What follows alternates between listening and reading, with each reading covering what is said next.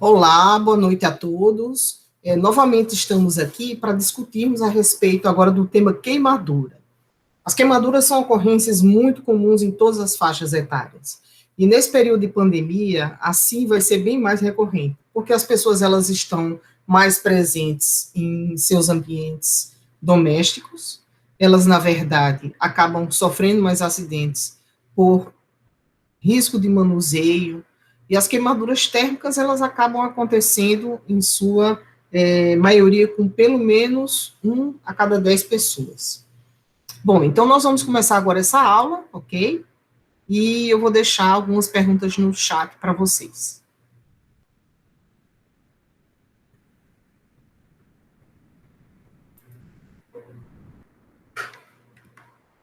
Então, só mais um momentinho que a gente já vai começar.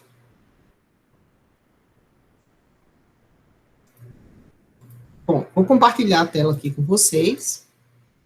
E aí nós vamos começar por queimaduras, né? Meu nome é Ângela Morim de Araújo, nós estamos na disciplina de enfermagem e emergência, de 2021, e assim iremos lá. Bom, aqui vem algumas considerações que elas continuam válidas, né? É uma importante causa de mortalidade, ela produz danos catastróficos, é uma agressão biológica, psicológica e social de quem acontece uma queimadura, mesmo as de primeiro grau, dependendo da extensão, ela tem um potencial, de acordo com o agente causador, de desfigurar, causar incapacidade temporária, permanente ou até mesmo alguém morrer. E muitas dessas mortes, né, elas acontecem por comprometimento em decorrência dos produtos ao qual essa pessoa teve contato. E elas perdem principalmente por alteração relacionada ao plasma, que é o principal componente que durante a elevação da temperatura ele se perde. Bom, a maioria das queimaduras, como eu tinha comentado com vocês, elas ocorrem nas residências e acontece pequena gravidade, por escaldadura, alguém está com criança no colo, alguém vai preparar o café, ou você está sentado e o café cai na sua perna, na sua roupa, no tórax, nas mãos, ou alguém derruba em você um café. Café, porque a gente vai ver que as queimaduras por escaldaduras, elas são as mais comuns. Então a gente lembra, né, que ela traz um impacto emocional muito importante, não só pela aparência, mas pela dor, a dificuldade que algumas pessoas têm de reconhecer de que maneira que isso deve ser tratado, e os cuidados de enfermagem imediata, eles são muito importantes, justamente para reduzir o risco de que alguém venha ter uma incapacidade permanente ou até mesmo morrer de acordo com a extensão da queimadura.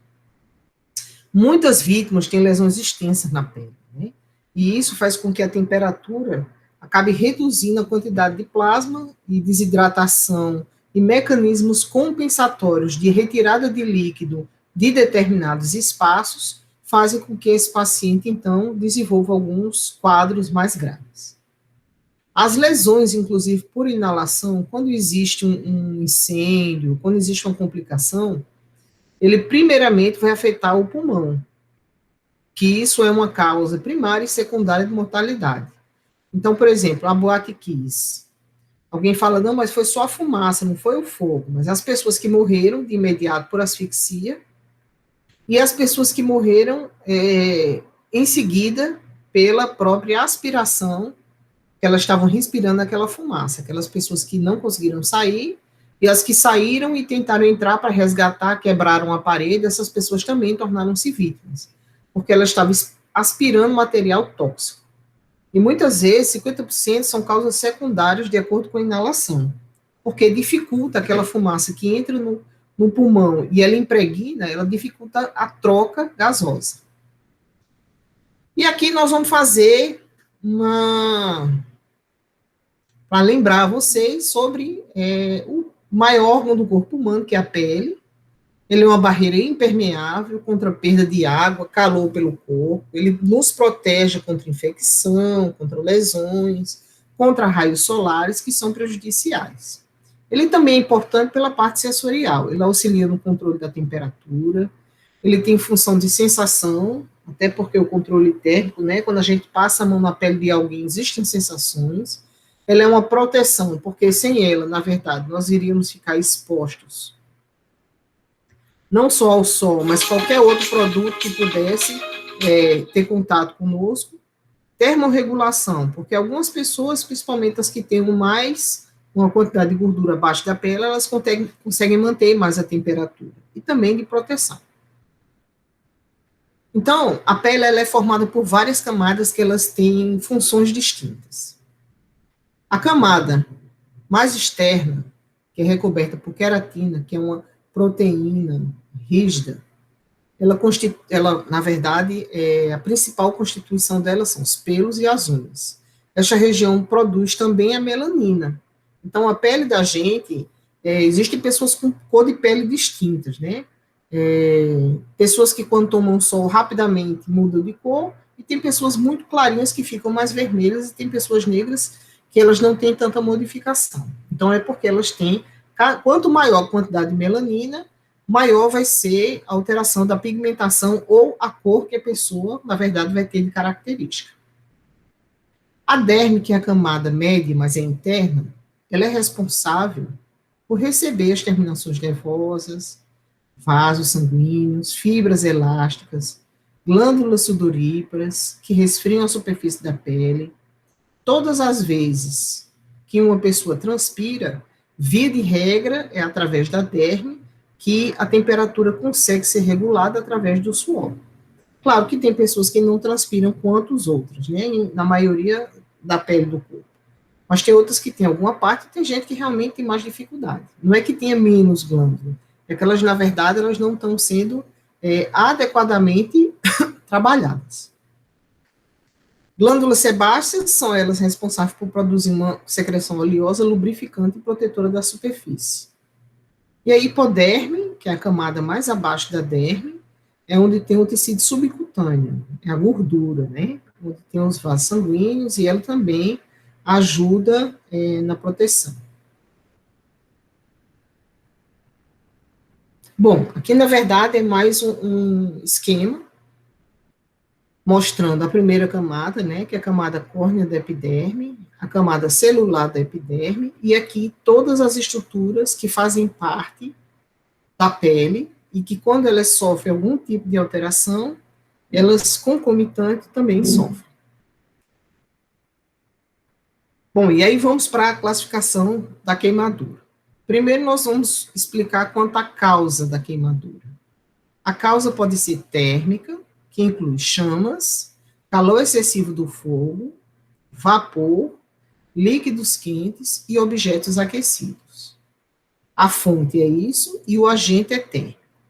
Agente químico, incluindo diversos ácidos e bases. Por exemplo, soda cáustica. Tem gente que tem soda cáustica em casa para limpar partes, né, que tem gordura, caixa de gordura e outras partes. Se aquele pó entrar em contato e alguém jogar água para limpar, ele vai ser uma queimadura química, entre outros produtos. Eletricidade, incluindo corrente alternada, corrente contínua e raios.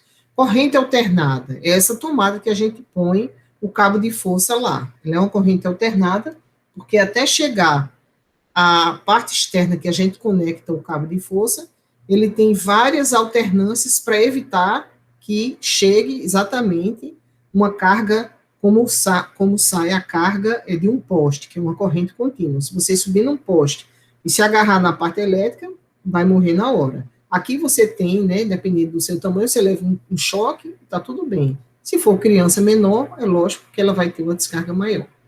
E os raios.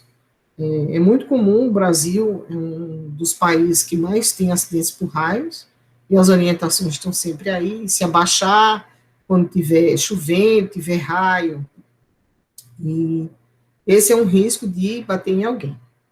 Luz, principalmente os olhos, né, incluindo luz intensa, incluindo ultravioleta, que é inclusive luz do sol. E a radiação, incluindo radiações nucleares, luz ultravioleta e infravermelho. Essa radiação, né, radiações nucleares, não é tão comum, mas ainda tem aqui no Brasil. E essa luz, principalmente nos olhos, ultravioleta e luz intensa, são as para bronzeamento. Quanto à profundidade, olha, o corpo da pele mostra a irrigação sanguínea e a profundidade da queimadura. Então, as queimaduras, quanto mais leves elas forem, que a gente vai mostrar no próximo diapositivo, mais elas vão sendo aprofundadas.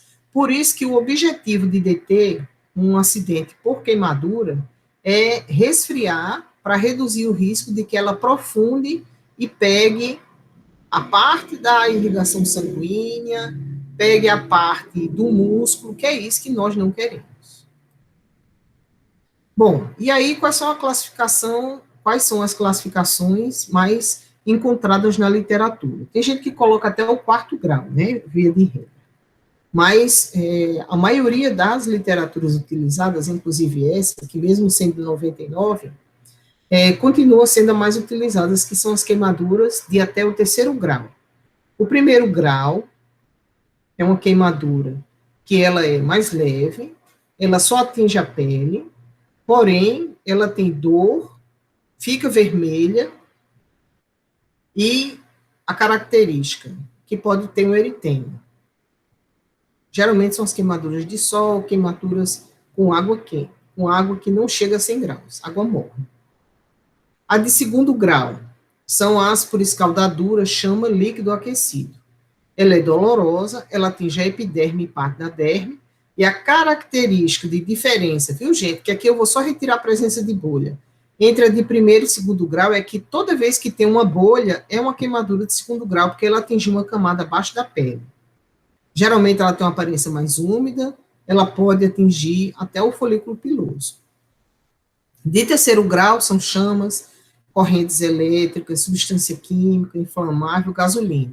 Então, ela atinge a epiderme, derme, tecido subcutâneo e, principalmente se for de corrente elétrica, ela pode atingir ossos e tendões. A pele, na verdade, ela fica branca, parecendo uma cinza de cigarro, né, meio cinza, e muitas vezes tem aspecto carbonizado. As condutas, né, elas são muito mais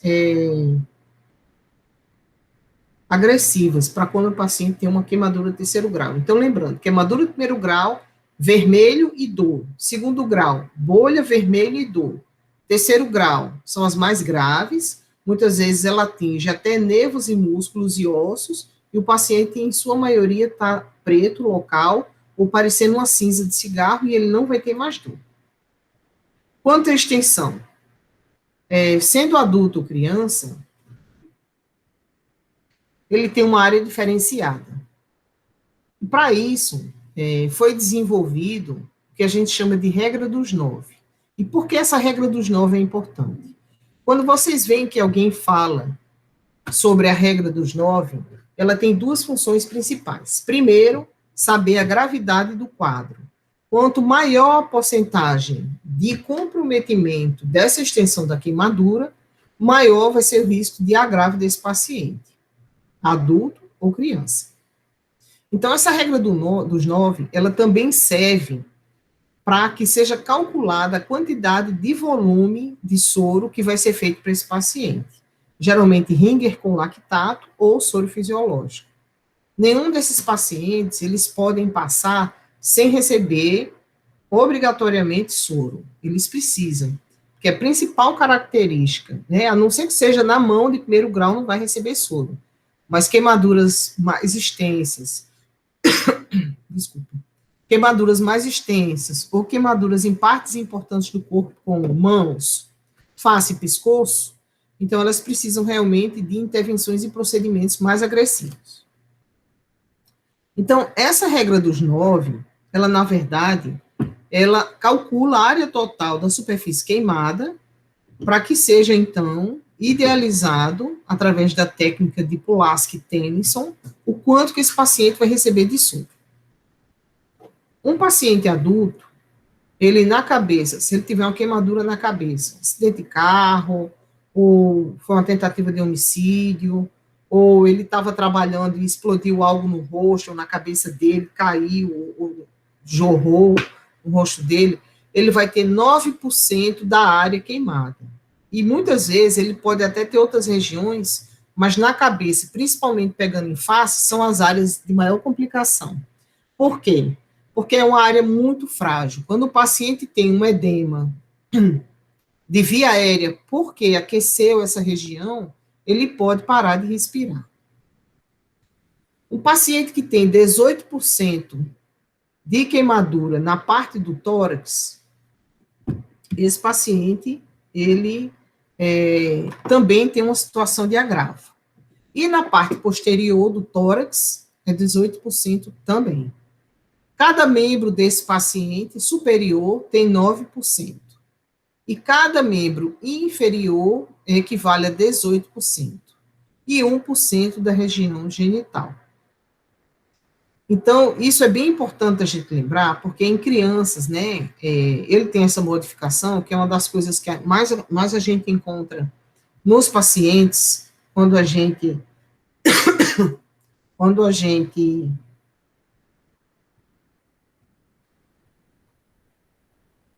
vai atender as crianças de 1 ano de idade, né, elas têm em torno também de 18%, e a sua superfície corpórea é diferente.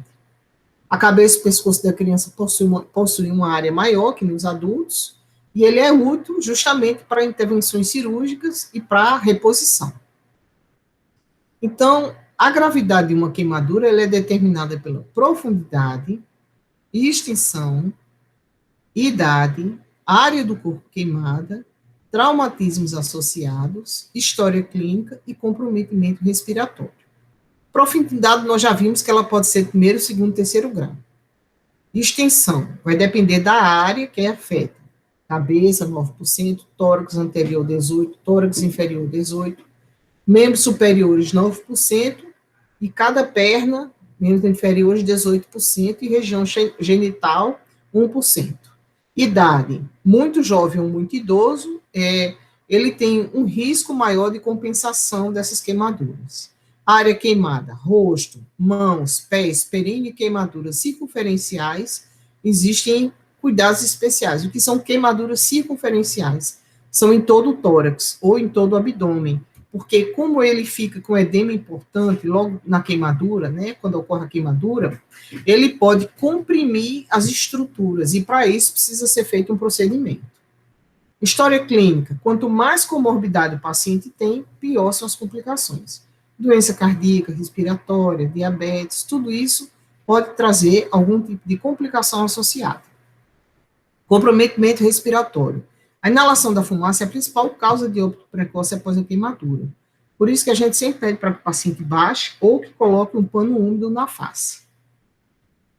Bom, então o que seria um grande queimado, né? Queimaduras de segundo grau, com mais de 25% da superfície corpórea em adultos. Segundo grau, mais de 20% da superfície corpórea queimada de criança. Associação com traumas graves. Queimadura elétrica, que elas são extremamente graves. Inalação de fumaça, lesões em pés, mãos, face, olhos e períneo. Queimadura com lesões moderadas, mas de alto risco clínico para os diabéticos e os cardíacos. A gente lembra que na face, as inalações por monóxido de carbono e a queimadura das vias aéreas faz com que o paciente possa ter insuficiência respiratória, além da desfiguração. Nos olhos pode trazer cegueira. Pés e mãos podem trazer o que a gente chama de retração cicatricial e uma incapacidade quando acaba distorcendo as estruturas e unindo pés e mãos ou mesmo derretendo a pele. Períneo, alto índice de infecção e difícil controle e tratamento. As queimaduras circunferenciais, se elas forem profundas, principalmente no pescoço e tórax, pelo comprometimento respiratório, se localizadas nas extremidades, comprometimento de circulação. Quantidade por hora, por metro quadrado de superfície corporal. Então, o indivíduo normal sem queimaduras, ele vai receber de 15 a 20 ml por metro quadrado de superfície corporal queimada. Indivíduo com queimadura por chama em 40% de superfície corporal queimada. São 100 ml por metro quadrado de superfície queimada. E aí, o que é feito quando o paciente está lá no pré-hospitalar? Afastar a vítima da queimadura, interromper esse processo, remover cinto, joia e as roupas que estão em chama, antes que instale o edema e a gente não consiga retirar. Lesão química, remover a roupa, e se for um pó, retirar todo o excesso de pó, e por último, com água abundante ou embaixo do chuveiro. Lesão elétrica, remover a vítima da corrente, né, com um objeto que não seja condutor, ou aguardar para que o serviço da Energisa, ele venha fazer. Nunca use manteiga, creme dental, pomada e óleos. Por quê? O objetivo é que saia essa temperatura, mas para isso tem que colocar água corrente, nunca água gelada. E se você cobre com creme dental, pomada, manteiga ou óleo, essa temperatura ela continua sendo interna e faz com que esse paciente dê continuidade ao processo de queimadura. E não furar bolha. Isso no hospital que vai ser reavaliado e feito. Observações importantes, né? A inalação de gás nocivo é encontrado frequentemente em vítimas que permanecem em locais fechados, que sofreram queimaduras no rosto, pelos do nariz, sobrancelha e cílios queimados. Esse paciente é prioridade para ir para o hospital, porque ele pode morrer por asfixia, achando que está tudo bem. A presença do edema é rara no pré-hospitalar, mas sempre deve-se ter uma atenção importante. A intoxicação por monóxido de carbono, né, pode acontecer com complicação. E aí, que são os acidentes durante os incêndios. Leve, o paciente pode ter desde uma dor de cabeça e cansaço aos esforços até uma parada cardíaca, quando ele não é encaminhado para o hospital. A gente lembra que as explosões, esses acidentes automobilísticos, todos esses podem trazer traumas associados às lesões. E nas queimaduras químicas, a gente precisa tomar cuidado para não tocar no paciente sem saber qual é o produto e para também não inalar esse produto, lembrando que pode transformar-se em uma vítima. E aí, o que é que pode ser feito, né?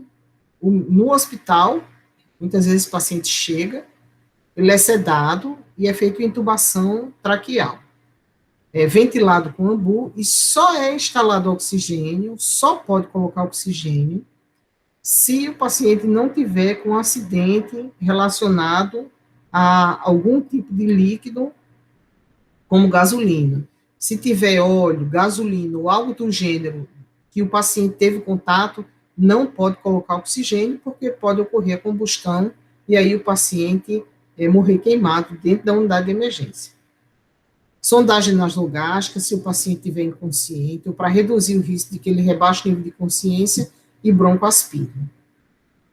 Ou pacientes com distensão abdominal com mais de 20% da superfície corpórea queimada. Queimaduras por produtos químicos devem ser sempre lavados, se for pó, retira o excesso de pó e lava. E tem que ficar por pelo menos 15 minutos. Vacina toxoide tetânica. É importante que, na verdade, verifique se o paciente tomou essas vacinas. Se ele não tomou, deve ser providenciado. Acesso venoso. A gente lembra que a perda de líquido é a principal causa, né, de morte desses pacientes. Funcionar uma veia calibrosa no membro superior e administrar ringer lactato de acordo com a superfície corpórea. Verificar ou tentar descobrir o agente causador, lesões associadas se for uma queimadura, profundidade da queimadura, extensão e gravidade da lesão. Vai ser passado uma sonda vesical para acompanhar se esse paciente está urinando ou se ele teve alguma lesão nos rins. A coleta de sangue vai ser feita, tipagem sanguínea, certificar e retirar se esse paciente ficou com joia, bijuteria, colar, para reduzir o risco de que ele tenha uma compressão pelo aumento do local. Administrar analgésico sempre. Lembrar, cobrir a ferida, né, para aliviar a dor, depois que passou de 15 a 20 minutos, foi feita a lavagem. A queimadura de segundo grau, assim como o primeiro, também tem bastante dor. Quando o ar passa pela superfície queimada, isso é terrível. Não romper bolhas ou aplicar agentes antissépticos. A lesão pode ser resfriada com soro fisiológico ou água esterilizada na temperatura ambiente, por pelo menos 1 minuto, no mínimo 1 minuto, né? Mas tem que colocar mais tempo, a gente fica. Não use gelo ou água gelada no local, porque ele causa vasoconstrição, diminui o fluxo e o choque térmico faz surgir outras bolhas. Lembrar de aquecer o paciente, porque por conta da perda da proteção cutânea, por conta do aumento da temperatura com o agente causador, o paciente perde, principalmente plasma, e isso faz com que ele tenha alterações da temperatura.